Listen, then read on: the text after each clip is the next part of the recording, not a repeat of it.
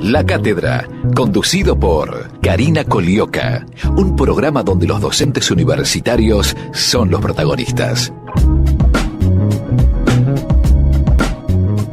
Hola, ¿qué tal? Muy buenos días. Bienvenidos a una nueva emisión de La Cátedra, el programa auspiciado por la Asociación de Docentes de la Universidad de Buenos Aires. Mi nombre es Karina Colioca y hoy los invito a que charlemos juntos de un tema que nos atraviesa a todos. ¿De qué vamos a hablar? De economía, esa ciencia que estudia los recursos y la creación de riquezas y producción, distribución y por supuesto también el consumo de bienes y servicios que hacen a las necesidades de todos nosotros. Dentro justamente del consumo de bienes y servicios vamos a hablar de las claves del proyecto de reforma tributaria que el gobierno va a enviar próximamente al Congreso para, según dicen ellos, fomentar la inversión. Para ello que estamos reunidos aquí en la radio de la Universidad de Buenos Aires con Federico Pastrana, magíster en Economía, miembro del Centro Periferia y expresidente del Banco de Inversión y Comercio Exterior, y junto a él nos visita Juan Goldman, licenciado en Economía también de la Universidad de Buenos Aires. Muy buenos días, bienvenidos a la radio de la UBA. Hola, bienvenido, bueno, muchas gracias. Acá estamos. Bueno, ya que están acá, yo voy a empezar a preguntarles porque la verdad es que después de todas los anuncios que se hicieron en los últimos días, no me queda claro muy bien cómo va a seguir la economía en este país. El ministro de Hacienda presentó un proyecto oficial de reforma tributaria, en principio que apunta a mejorar la competitividad. ¿Esto es así? Bueno, efectivamente lo que estamos viviendo ahora es el avance del gobierno en términos de la presentación. En realidad todavía no se presentó ningún proyecto de ley, de la presentación de una serie de reformas que entiende el Poder Ejecutivo o el gobierno que tienen que hacerse en Argentina, que son reformas que van en el seno del modelo económico. Y que, bueno, según ellos, apuntan a mejorar la competitividad, impulsar la inversión y mejorar el empleo registrado. La verdad que como no hay un proyecto, ninguno de los tres proyectos o ninguna de las tres reformas no están presentadas, uno hace el análisis en base a las presentaciones. Primero la presentación que hizo Duhovne hace unos días, que tiene un PowerPoint, entonces uno hace el análisis, hay bastante información a partir de la cual uno puede agarrarse y hacer análisis. Esa es la reforma tributaria y que se va a presentar dentro de 10 días, 15 días, según anunciado por el ministro. Y después, quedaría la reforma laboral, que hay un borrador que no fue oficializado, pero sí hay un borrador dando vuelta en el Congreso, y la reforma previsional, que en realidad forma parte de un conjunto de reformas que van hacia un mismo objetivo. Y eso es lo que por ahí es interesante que podamos transmitir, ¿no? La fantasía común de cualquier ciudadano común es que, por ejemplo, en cuanto a impuestos, uno debería gravar aquellos que son productos suntuarios, ¿no? Es ilógico para el común de la gente que un auto de alta gama no esté grabado y sí lo esté una gaseosa. ¿Me pueden explicar un poquito cómo es eso? La verdad que la estructura tributaria argentina tiene una serie de componentes, entre los cuales uno puede diferenciar entre los impuestos que son progresivos y los impuestos que son regresivos, es decir, los impuestos que mejoran la distribución del ingreso y los impuestos que empeoran esa distribución. Entonces, los típicos impuestos que mejoran la distribución están, por ejemplo, el impuesto a las ganancias, el impuesto a los bienes personales, las retenciones, son impuestos que mejoran la distribución. Y impuestos que empeoran la distribución son los que van que afectan más principalmente al consumo, como el IVA, porque las clases más bajas son las que consumen más y por lo tanto pagan más impuestos.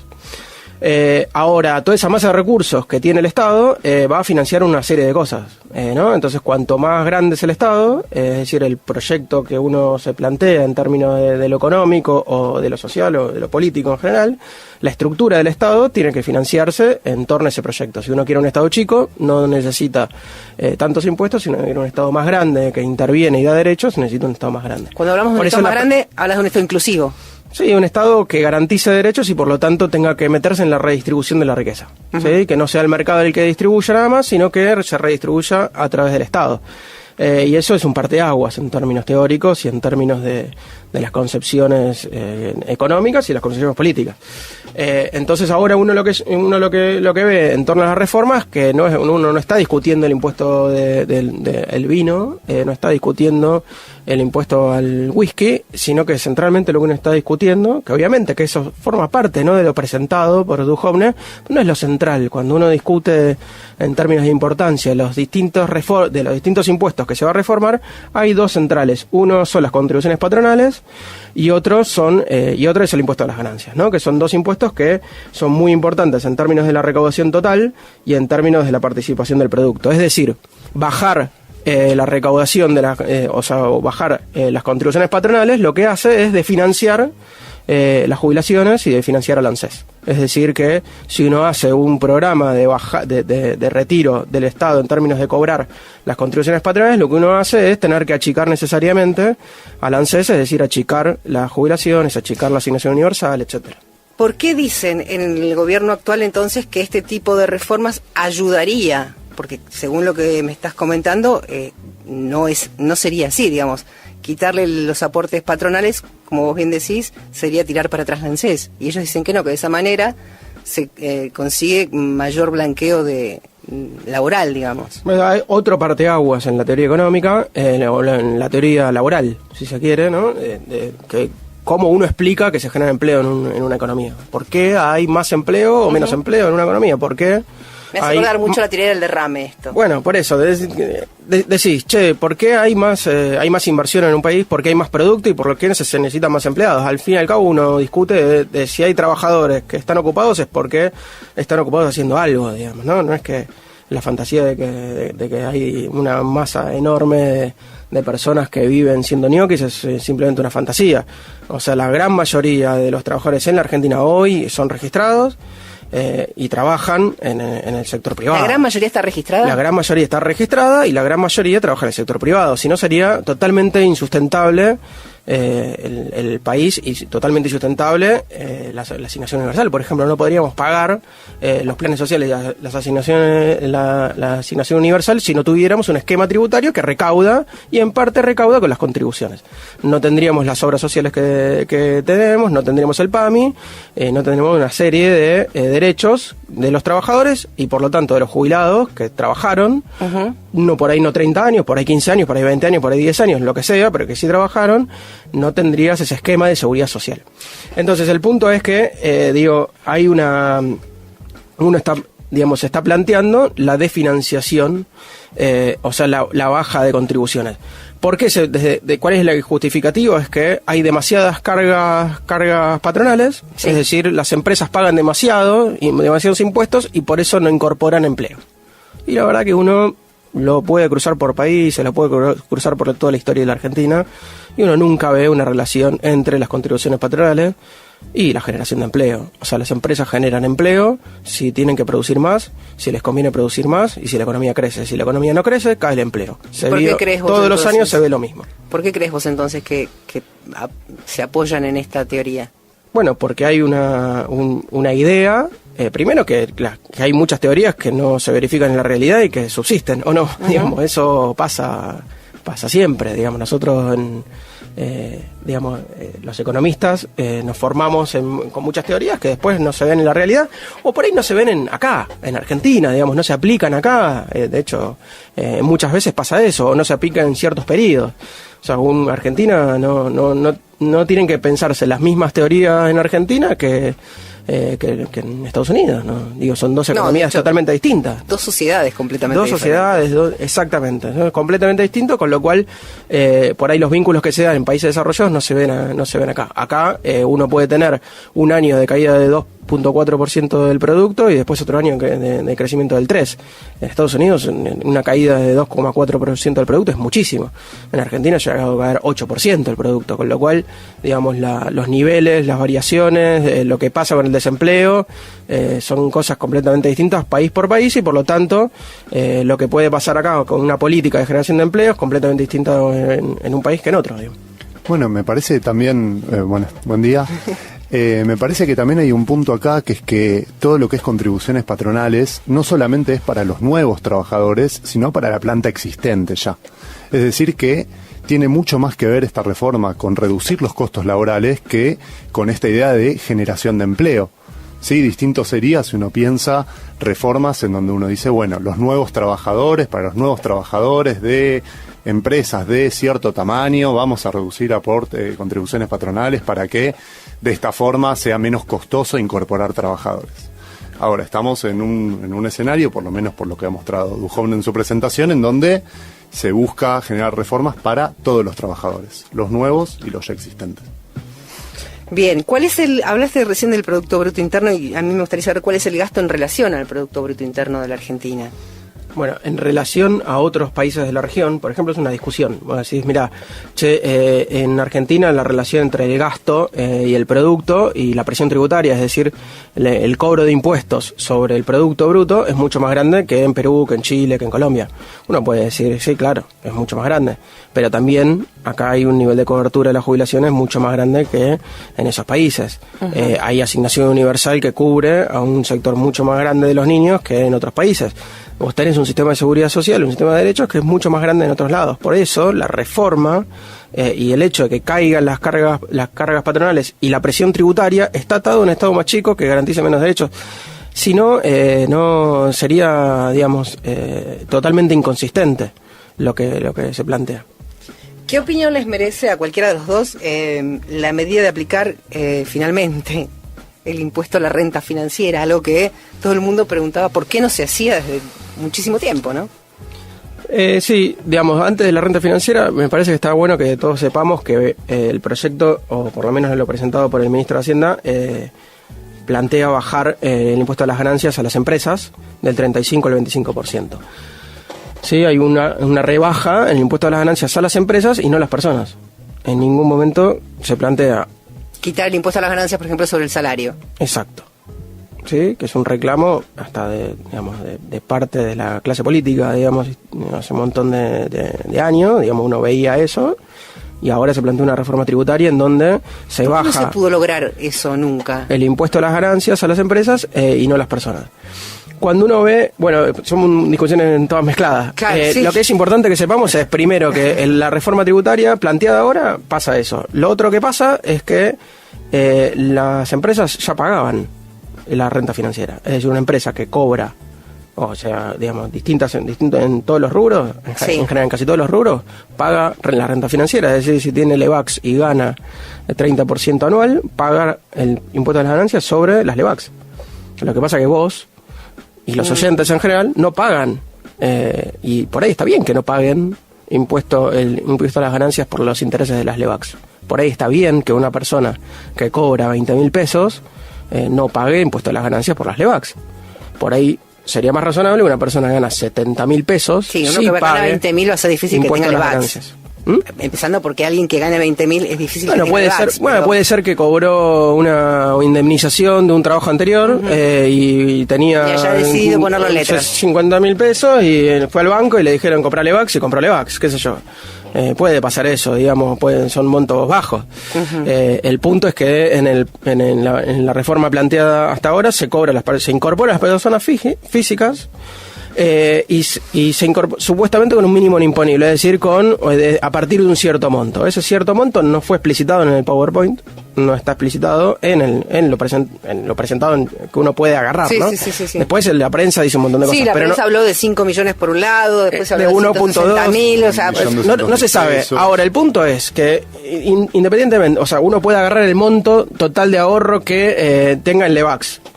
Pero si esa persona cobra 10.000 pesos por mes, o cobra 50.000 pesos por mes, o 100.000 pesos por mes, es muy importante. Por lo tanto, lo más lógico sería incorporar la ganancia financiera en las ganancias de la persona. Es decir, que si una persona gana 80.000 pesos y gana, no sé, 2.000 pesos por las LEVAX que tiene, que pague una alícuota de 35%. Una persona que gana 20.000 pesos no pague la misma alícuota que el otro. Bueno, eso no pasa.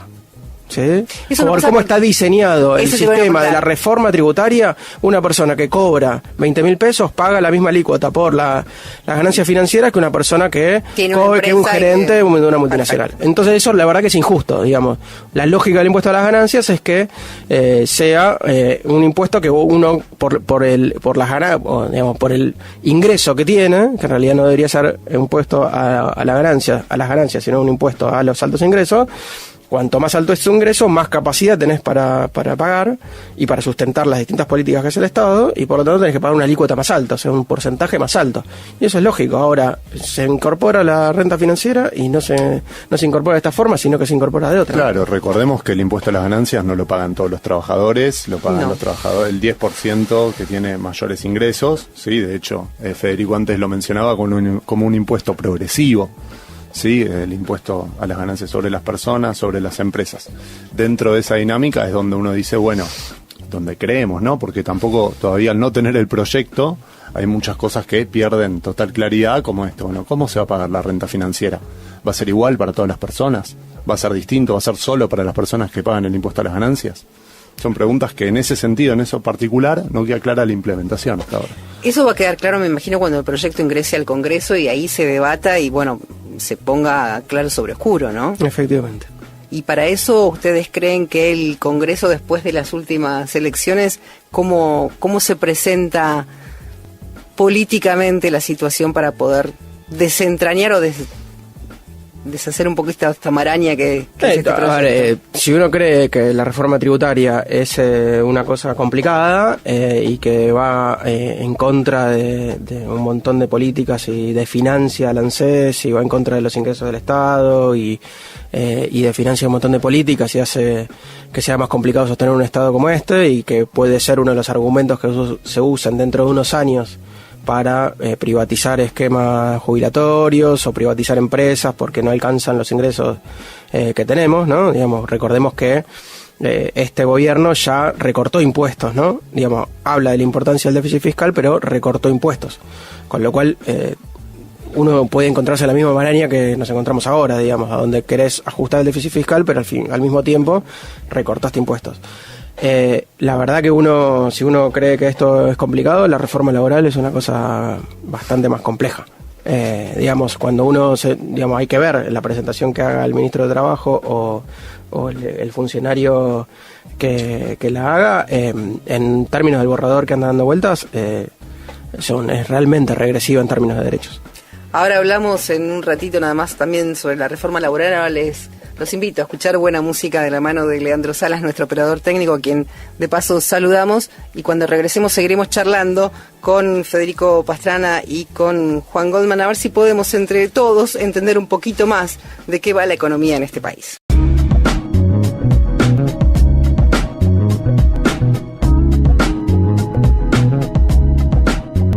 Regresamos aquí al 87.9, la radio de la Universidad de Buenos Aires, en este domingo, esta mañana en la que todos estamos intentando entender un poco más de economía.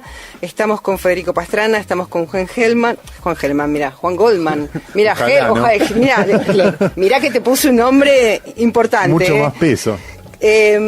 Juan, ¿vos crees que va a tener un impacto alto o que puede tener un impacto alto sobre las tasas de interés y los créditos esta reforma, este proyecto de reforma? Bueno, en cuanto a la reforma tributaria y los cambios que se buscan implementar, los cambios que serían, digamos, el efecto de la renta, de gravar la renta financiera de las personas sobre letras, bonos, etcétera, el impacto sobre las tasas debería ser marginal, no parecería que fuera algo que lleve a aumentar la tasa de las LEVAC, ni, digamos, por ejemplo, los plazos fijos.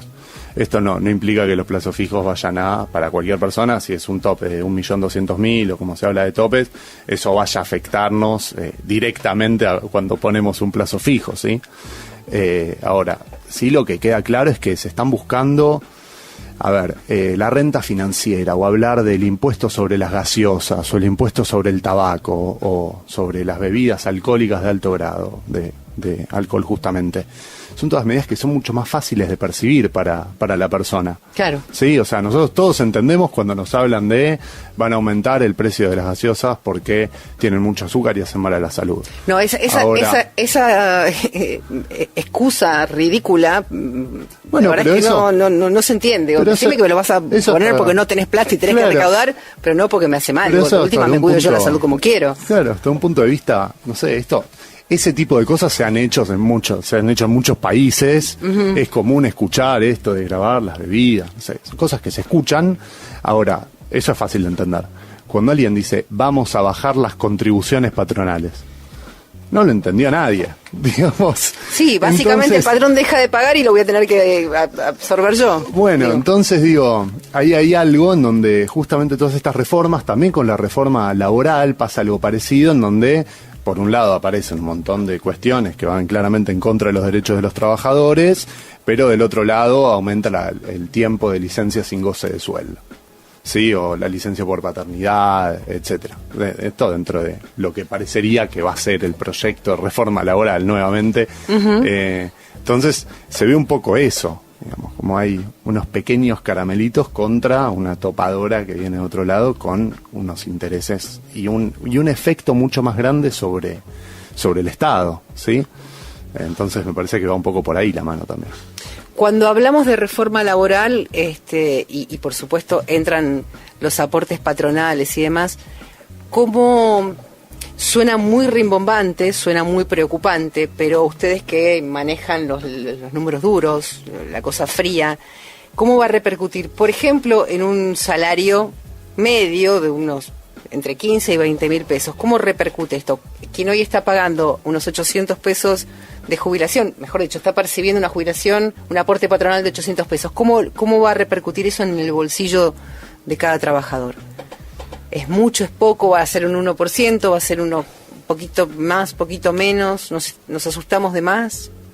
No, a ver, una de las vueltas, si se quiere, del proyecto es que, como afecta al financiamiento del Estado, es como más complicado de percibirlo, ¿no? Uno lo ve en el resultado del déficit fiscal, lo va a ver dentro de unos años cuando no haya plata para pagar las jubilaciones, cuando haya argumentos de es insustentable el sistema jubilatorio actual. ¿Volveremos a las AFJP? No, eso dependerá de la política, eso no se define en la economía, pero sí, cuando uno ve en los números fríos, uno ve que, el proyecto concretamente dice que dentro de unos años las contribuciones patronales de los salarios de menos de 12.000 pesos ajustado por inflación, o sea que uno puede pensar en que las contribuciones patronales que son entre el 17 y el 21% de los salarios, las empresas que contraten gente por 12.000 pesos ajustado por inflación para abajo no pagan contribuciones patronales, y las empresas que pagan contribuciones patronales de un salario de 20.000 pesos van a pagar solamente sobre 8.000 pesos, con lo cual se les van a perdonar los 12.000 pesos iniciales. Es decir, hay una rebaja muy, muy, muy fuerte de lo que son las contribuciones patronales en términos de la recaudación. Ustedes que entienden más que yo en esa parte de justamente ese 30% que van a pagar y ese 70% condonado entre comillas por el gobierno, ¿es para los nuevos trabajadores o es para todos? No. Yo tengo 50 trabajadores en negro. Una vez que los blanqueo, si los blanqueo, entonces a mí me van a perdonar las cargas, o ¿cómo es? Porque no queda claro. Por eso, son dos cosas distintas. Justamente, por cómo está planteado hoy en la reforma tributaria, que es lo único presentado por el gobierno en una presentación del ministro de Hacienda, lo que dice explícitamente es que todos los trabajadores a los que la empresa tiene que pagar 12.000 pesos o menos no pagan contribuciones patronales. ¿Sí? No pagan. Con lo cual, ¿qué van a hacer? Las empresas van a tratar de pagar salarios de 12.000 pesos o menos. Eso va a implicar que van a contratar trabajadores nuevos por 12.000 pesos o menos porque pagan un 20% menos. La verdad que si no lo necesitan no van a contratar a nadie. Si la economía no crece y no hay más producción, ¿para qué van a contratar trabajadores? No se entiende, digamos. Por un ahorro del 20% de las cargas patronales crece el empleo. La verdad que nunca se vio, porque no tiene sentido. O sea, una empresa contrata más trabajadores si crece, si tiene más demanda, si puede vender productos en más mercados, si hay una economía que crece, si hay exportaciones que crecen, si hay lo que sea, digamos, la obra pública. Hoy estás en un escenario donde empieza a crecer algo y el empleo crece poquito con las contribuciones patronales de hoy. Y Argentina pasó de 20% de desempleo a 6% de desempleo con las contribuciones patronales de hoy, que son más altas que las que había en otra época. ¿sí? Entonces, la tasa de desempleo y el empleo en negro, que bajó muchísimo entre el 2003, el 2001 y el 2015, y hasta el 2017 también, digamos, mucho más baja que en esa época. Y con las contribuciones patronales que tenés ahora, bajando las contribuciones patronales, uno no ve que haya un incentivo tan grande. Sobre todo si se hace con la misma planta de trabajadores que tenés hoy. O sea, no tiene sentido decir que el empleo en negro va a bajar perdonando contribuciones patronales de los empleados de hoy. Uno puede hacer un planteo diciendo a los nuevos trabajadores de acá en adelante te voy a perdonar las contribuciones patronales con estas características, porque yo quiero fomentar el empleo en tal sector, con tales características, pagando salarios de tanto, etcétera. Uno puede poner con los nuevos trabajadores, pero no es lo que plantea el proyecto. El proyecto dice para todos los trabajadores.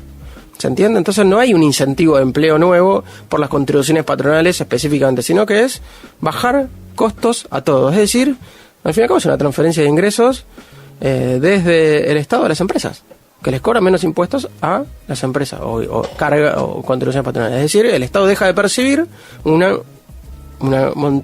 cantidad muy grande de dinero y por lo tanto desfinancia, en este caso, la ANSES. Digo, lo podemos cerrar con cuestión política, ¿no? Sí, cuestión claramente. de te ayudamos de alguna manera. Hay una mirada fuerte del gobierno en las dos reformas que se tiene información, en donde se trata de convencer a la población y a los diputados y a todo el mundo de que primero que los intereses de los empresarios son los intereses de todos, o sea, no mirando los intereses ni los trabajadores ni los intereses de la población en general. Y por otro lado, tratar de hacer algo del sentido común que anda dando vuelta, ¿no? Que es una estrategia utilizada en este último tiempo, en donde se vincula que bajando contribuciones patronales generas empleo, bajando impuestos vas a generar inversión. Y la verdad que la inversión, como se ve en la misma información que presenta el ministro de Economía, la inversión en 2016 es mucho más baja que lo que había en 2007. ¿Por qué? Porque la economía en 2007 crecía. Entonces la tasa de inversión, las empresas invierten mucho cuando el mercado crece, cuando la economía crece. Si crece 7%, la tasa de inversión crece. De hecho, ahora se ve un repunte de la tasa de inversión porque la economía vuelve a crecer. Entonces, si se recupera la economía, crece la inversión. No tiene absolutamente nada que ver, en términos generales, puede ser en sectores particulares, entonces uno puede discutir, yo quiero incentivar la inversión en tal lugar, entonces hago un beneficio fiscal específico para la industria de tal cosa o tal otra, porque creo que son sectores estratégicos y uno quiere que haya más inversión en eso. Pero vincular la inversión general con la carga tributaria es algo que no se ve en ningún país, digamos. Las empresas invierten en general porque tienen planes de inversión, porque creen que a ese país le va a ir bien, porque creen que a ese sector le va a ir bien. Entonces una proyección, invierten en años y con una proyección de mercado, no con una proyección solamente, justamente, de costos. Esto de quitar el aporte patronal a los sueldos menores a 12.000 pesos, ¿creen ustedes que también va a ayudar de alguna manera a precarizar el mercado laboral? Digo, porque hay mucha gente que está preparada y podría tranquilamente ganar mucho más de 12.000 pesos, pero hay otra que no está preparada y no tiene posibilidades de salir de ese rango, ¿no? De los 12.000 para abajo. A ver, los principales beneficiados de una política, si vos me preguntas en términos de mercado de trabajo, de empleo, los principales beneficiados son las empresas que contratan mucha gente, es decir, que tiene una planta de trabajadores muy alta y con salarios bajos. Porque como no pagan contribuciones patronales, tienen salarios de 8, de 10. ¿Cuáles son esas empresas? McDonald's es una empresa de servicios, que tienen muchos empleados con salarios muy bajos, con lo cual no van a pagar más contribuciones patronales. Esa búsqueda es la misma búsqueda de la ley de primer empleo que se intentó poner a principio de la gestión en los primeros proyectos que se mandó. ¿Sí? Que no paguen contribuciones patronales, principalmente las empresas de alta rotación laboral, es decir, que entran y salen con salarios muy bajos. Esos son los principales. ¿Cuál es ¿qué otro incentivo hay? Pagar en gris. ¿Cómo es eso? En gris. Conozco el blanco, en blanco y en negro. El gris, yo cuando empecé a trabajar, cuando era chico, a fines de los 90, me pagaban en gris. ¿Qué significa? Me pagaban una parte en blanco y una parte en negro. ¿Sí? Una parte en blanco y una parte en negro. Entonces vos cobrás hasta 12.000 pesos en blanco y a partir de ahí en negro. ¿Para qué? Para ahorrarte todas las contribuciones patronales. Eso es lo que genera un proyecto como este. ¿Y esto desemboca, Juan, en...? No, esa pregunta es muy complicada ponernos a predecir. Yo creo que ahora se viene una discusión en el Congreso en relación a estos proyectos. Primero cuando los presenten, ¿no? Porque la verdad que resulta llamativo este mecanismo de tratamiento de proyectos donde primero se lanza una presentación de algo y recién a las 2 semanas eso llegaría al Congreso Nacional, por lo cual eso ya habla un poco de cómo se buscan hacer estas reformas, en donde bueno, nos pasa a todos, mezclamos lo tributario con lo previsional, con lo laboral, y se vuelve toda una gran maraña de temas en donde hay que ir entendiendo uno por uno y resulta bastante complejo. En términos de lo laboral, bueno, para mí lo de aporte, lo que son contribuciones patronales, Federico recién mencionaba esto de cómo afectaba al ANSES. En 2016 el 40% de los recursos del ANSES venían de contribuciones patronales. Esto no, este proyecto de ley, que es progresivo, que sería 5 años, no implica que mañana no se recaude nada por contribuciones patronales, pero enciende una alarma, ¿no? Enciende una alarma en donde, bueno, esas cosas empiezan a generar preocupación en relación a, o sea, el 97% de cobertura con los jubilados que hay hoy y otro tipo de cosas que bueno, parecen positivas, ¿no? Pero una sociedad más igualitaria. Les propongo un minutito, les propongo nada más un segundo para poder escuchar qué es lo que está pasando allí en la Asociación de Docentes de la Universidad de Buenos Aires con un mini informativo, y cuando regresemos, Federico, me aclarás lo que querías, que te quedaste así como haciéndome señas, y yo voy a tratar de sacarles a ustedes qué es lo que tendríamos que hacer como ciudadanos para, no sé, ocuparnos más, no digo defendernos porque suena feo, pero sí para ocuparnos más y para poder entender, porque en esto nos va la vida, ¿no? Digo, nos va el laburo de todos nosotros. Ahora, informativo. La Cátedra, un programa auspiciado por la Asociación de Docentes de la Universidad de Buenos Aires. Servicio informativo. Nuevos subsidios para formación docente. Está dirigido a todos los docentes afiliados que deseen participar de congresos o realizar una especialización, maestría o doctorado. Nuevos veedores para concursos. A partir del convenio colectivo de trabajo, ADUA pone a disposición un veedor gremial para garantizar la transparencia en los concursos. Se abre la convocatoria a propuestas de cursos de capacitación. Para enviar la misma, deben escribir a adubacomunicacion@gmail.com. Servicio informativo. Radio UBA 87.9.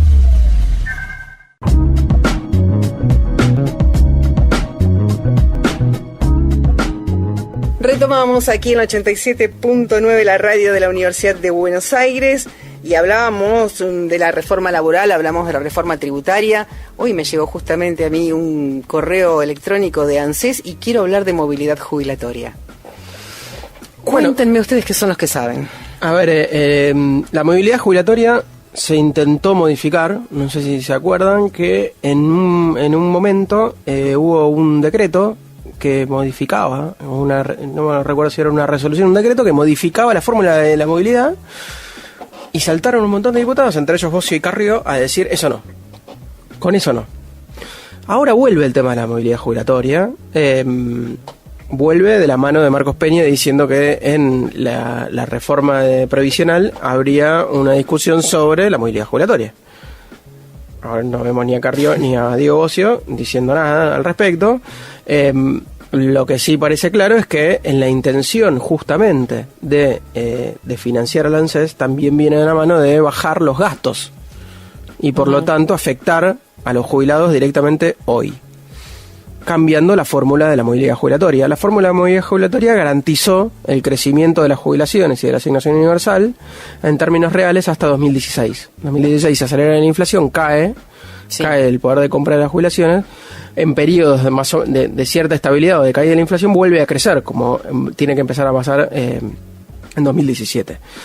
Porque la fórmula de movilidad lo que hace es ajustar en relación a los salarios pasados y a la recaudación pasada.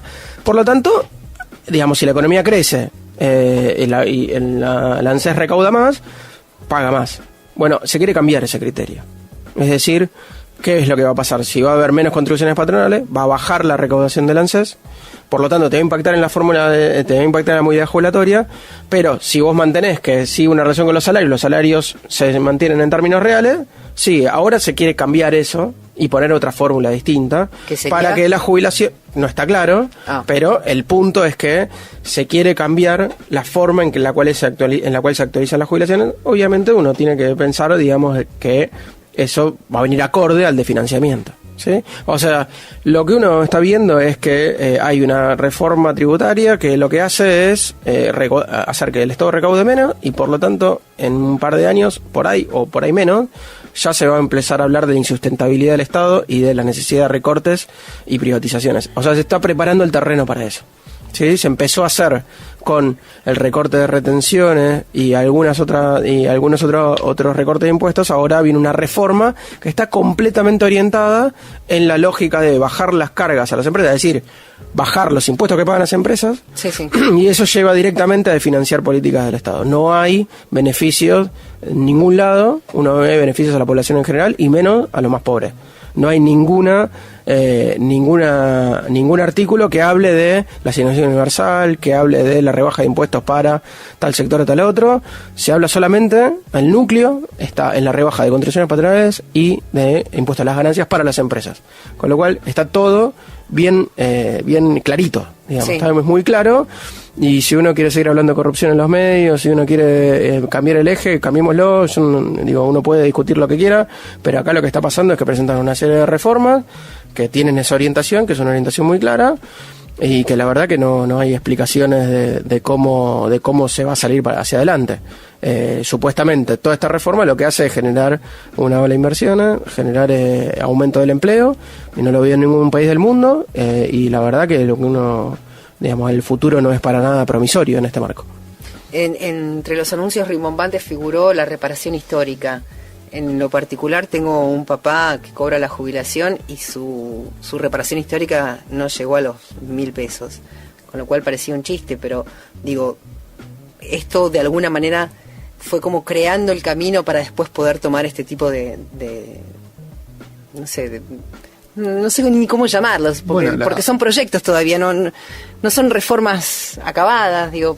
Con lo que fue la reparación histórica, que estuvo dentro del marco de lo que fue el blanqueo, también se aprobó una pensión universal para el adulto mayor, que era el 80% de la jubilación mínima, es decir, ese jubilado que no llegaba a los 30 años de aporte, era un jubilado de segunda, digamos, no iba a tener la jubilación mínima, sino el 80% de ella. Entonces, perdón, un jubilado histórico en este país, porque ¿quién no ha trabajado en negro, no? Digo, entonces, uno trabaja desde los 17 años y yo particularmente no tengo los 30 años de aportes. Exactamente, bueno, entonces, el punto es, si uno no tiene los 30 años de aporte, ¿de quién es la culpa? ¿Es de uno que trabajó en negro? ¿Porque no pudo hacer los 30 años de aporte? ¿O la culpa es de la Argentina y del lugar donde estás y del Estado que debería garantizar pleno empleo? ¿De dónde está, digamos? Entonces ahí uno lo que ve es, bueno, por un lado pusieron esto, por otro lado hoy la preocupación parecería ser el empleo en negro. De golpe la preocupación pasó a ser el empleo en negro.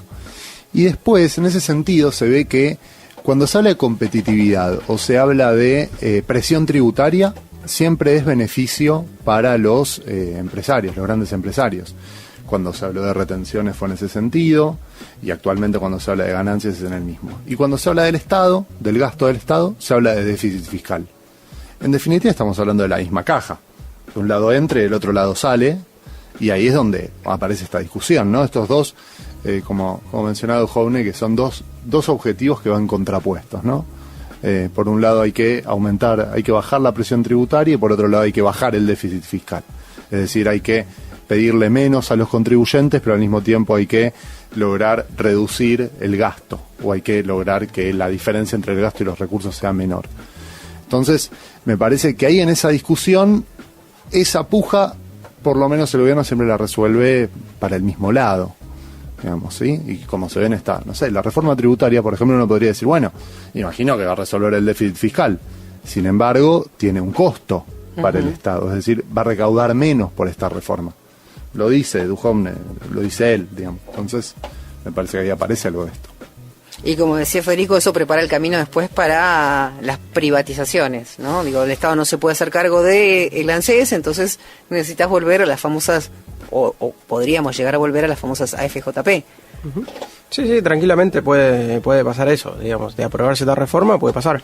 Lo que uno pareciera ver es que en términos de digamos, el gobierno gana las elecciones y manda al Congreso unas reformas muy fuertes, digamos, ¿no?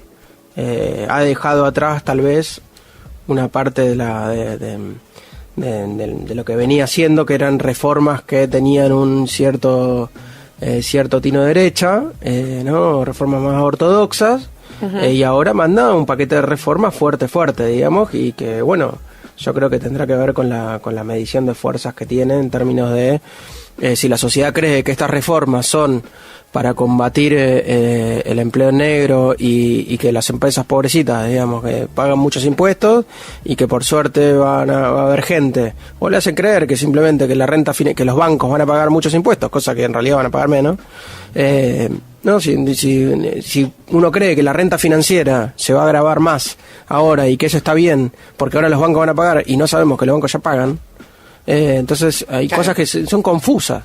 Entonces, si depende de lo que termine creyendo la gran parte de la sociedad, depende de los diputados, de cómo será el posicionamiento general, ¿no? Del Congreso en general, pero también de la población, digamos. Si uno, digamos, no de ninguna manera está en contra, obviamente, de que baje el desempleo, que baje el empleo en negro, ni que haya más inversiones. Por supuesto que uno quiere eso. De hecho, hace unos años estábamos en un sendero en el que pasaba eso. Y que no hubo este tipo de reformas y que no estaba en la agenda ni siquiera este tipo de reformas. ¿Hubo caída de reformas de contribuciones patronales hace unos años? Claro, sí hubo caída de las contribuciones patronales. Muy particularmente en algunos sectores, principalmente en las microempresas, y por un tiempo, para las pymes y por un año, por 2 años, por 3 años. Depende hacia dónde. ¿Para qué? Para formalizar a los sectores más débiles.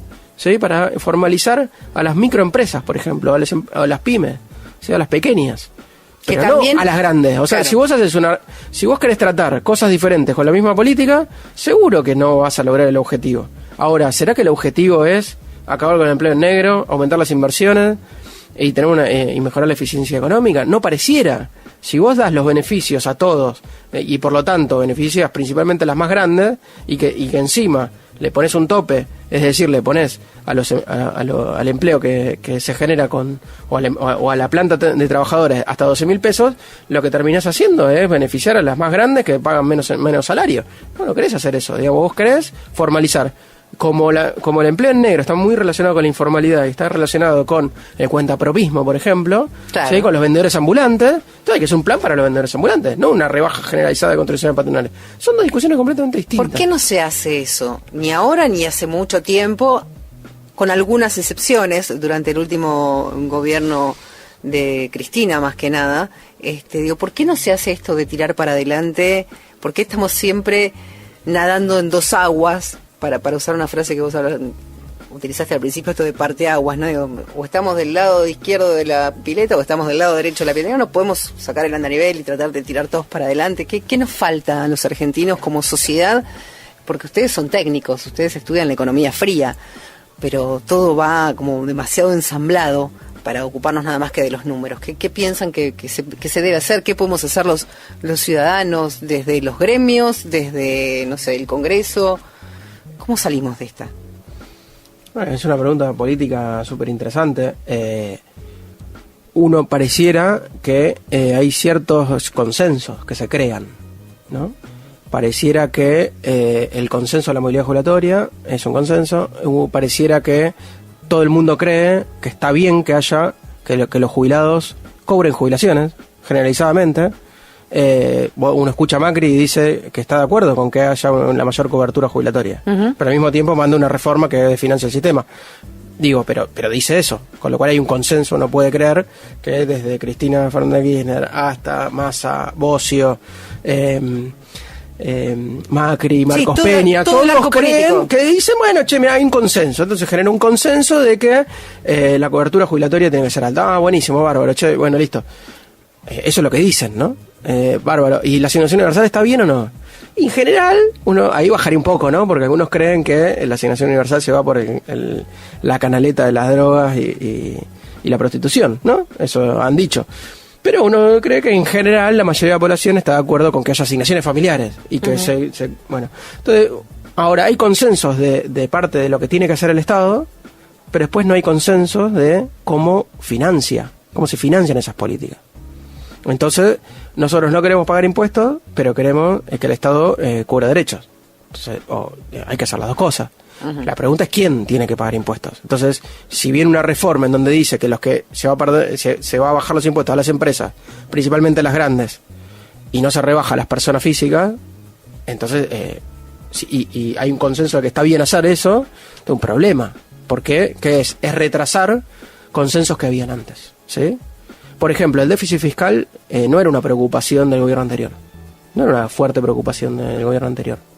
Así como muchas otras cosas. ¿Pero para eso no se endeudaba internamente? A ver, se endeudaba mucho menos que el gobierno actual, porque tenía, de hecho, un déficit fiscal menor. ¿Por qué? Porque, bueno, pues justamente aumentó la presión tributaria, es decir, aumentó la cantidad de impuestos que cobran y aumentó el Estado. Pero también aumentó la cantidad de impuestos que se cobran, ¿sí? La presión tributaria aumentó y por lo tanto se pudieron financiar un montón de políticas. ¿Sí? Y de hecho bajó muchísimo la deuda externa. ¿Por qué bajó la deuda externa? Porque hubo un proceso de desendeudamiento. Porque se gastó en pagar la deuda externa. ¿Sí? Se hizo un default inicialmente, pues se renegoció la deuda y se pagan todos los años un montón de deuda externa. Con lo cual había un consenso de que la deuda externa está mal. Ahora pareciera que hay mucha gente que cree que la deuda externa está mal. Pero no hay un consenso generalizado, evidentemente, porque el gobierno viene y endeuda y gana elecciones. Con lo cual es como que hay ciertos consensos que van cambiando y hay ciertos desafíos al sentido común de que van cambiando. Entonces, y hay ciertas inconsistencias en eso. Uno puede, digamos, y es una pregunta de la política, digamos, puede pasar, digamos, que hay una parte de la población que cree que la corrupción es el principal problema del que tiene que discutir y no le interesa la reforma tributaria. Cuando por ahí la reforma tributaria le impacta mucho más, porque en 5 años se tienen que jubilar.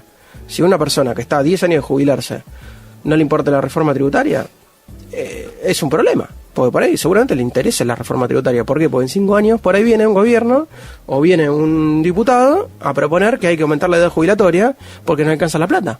Porque esas son las reformas previsionales que se hicieron en Argentina. Lo tiraron así como a ver si pasaba, ¿no? El famoso buscapié. Exacto. Entonces hay muchos buscapié.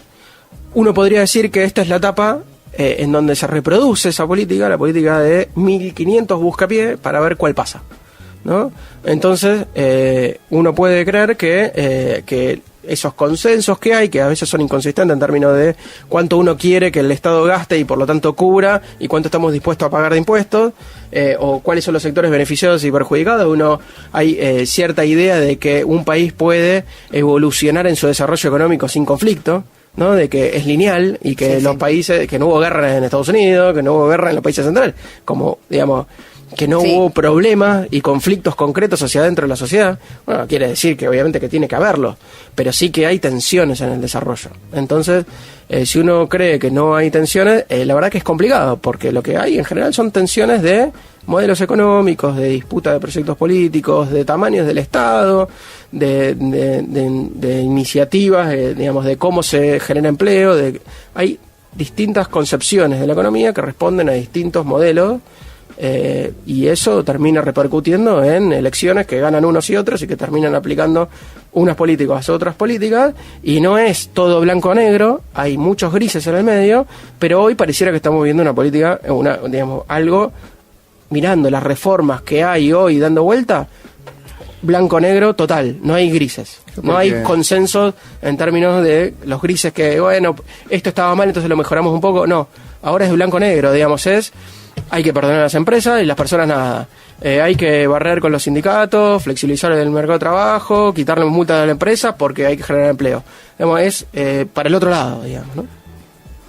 Sí, al mismo tiempo, digo, existían en Argentina ciertos consensos en relación a es necesaria una reforma tributaria, es necesario repensar algunos impuestos en Argentina.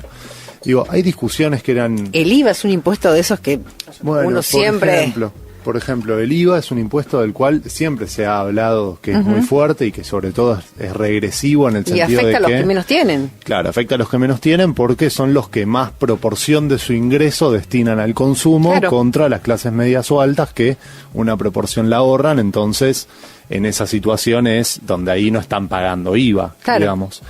Bueno, esta reforma no toca esos temas, ¿sí? Y beneficia, digamos, está claro a quién beneficia. Por más que, y creo que justamente aprovechan este previo a plantear estos proyectos, que es una clara noción de, bueno, cuál es el rol del Estado. En principio es necesaria una reforma tributaria. Todos hablaban de que era necesaria una reforma tributaria, yo creo que en ese sentido hasta podría haber un consenso que era necesaria una reforma tributaria. Ahora, en lo que parecería empezar a haber un consenso, y eso es lo preocupante, es que cuál es la forma en la cual se va a desarrollar la Argentina, ¿sí? Que es un camino parecido al cual han atravesado muchos países de la región, en donde, bueno, ¿cuál es el rol del Estado en el desarrollo de un país? Y bueno, si nos ponemos a estudiar procesos de desarrollo en general, vamos a ver que el Estado tuvo un rol casi protagonista. Entonces me parece que ahí es donde aparece cierta sensación en donde lo que se busca desde el gobierno es otro rol del Estado, en donde las fuerzas del mercado por sí mismas sí pueden llevarnos al desarrollo económico. Y me parece que ahí es donde vamos a un escenario que no es para nada promisorio. Lo que estamos discutiendo acá entonces sería algo así como dos modelos de Estado, ¿no? Aquel que tiene mayor impronta sobre la sociedad y aquel que tiene una menor impronta sobre la sociedad. Federico, Juan, yo les agradezco muchísimo, pero antes de despedirlos, sí los voy a convocar para dentro de unos días, quizás un mes, para cuando realmente estos proyectos ingresen en el Congreso y podamos hablar más sobre seguro de qué es lo que va a llevar o cuáles van a ser las reformas que se van a aplicar finalmente en la República Argentina. Yo les agradezco muchísimo que hayan sido tan amables de venir hasta aquí, hasta la emisora, y que compartan con nosotros su saber para, bueno, intentar de alguna manera llevar un poquitito de luz a tantísima gente que está preocupada hoy del otro lado del receptor. Bueno, muchas gracias y buenos días. Fue un placer, muchas gracias. A ustedes no me queda más que despedirlos hasta el próximo domingo a las 9 de la mañana en punto, cuando nos reencontremos aquí para una nueva emisión de La Cátedra, este programa que está auspiciado por la Asociación de Docentes de la Universidad de Buenos Aires. Chau, pásenla lindo.